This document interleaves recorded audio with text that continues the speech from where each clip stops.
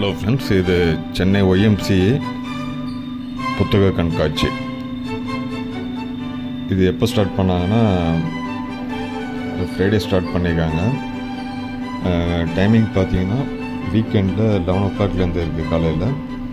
Week டேயில் வந்து மதியம் 2 தான். இங்கே எல்லா புக்ஸும் வந்து அவைலபிளாக இருக்குது. ரொம்ப ரேரஸ்ட்டு புக்ஸ் எல்லாமே. நீங்கள் இந்த சைடு வந்தீங்கன்னா இந்த பிளேஸை விசிட் பண்ண மிஸ் பண்ணாதீங்க. எல்லாம் சூப்பராக மெயின்டைன் பண்ணுறாங்க. ஃபுட் ஸ்டாலு எல்லாமே இருக்குது இங்கே.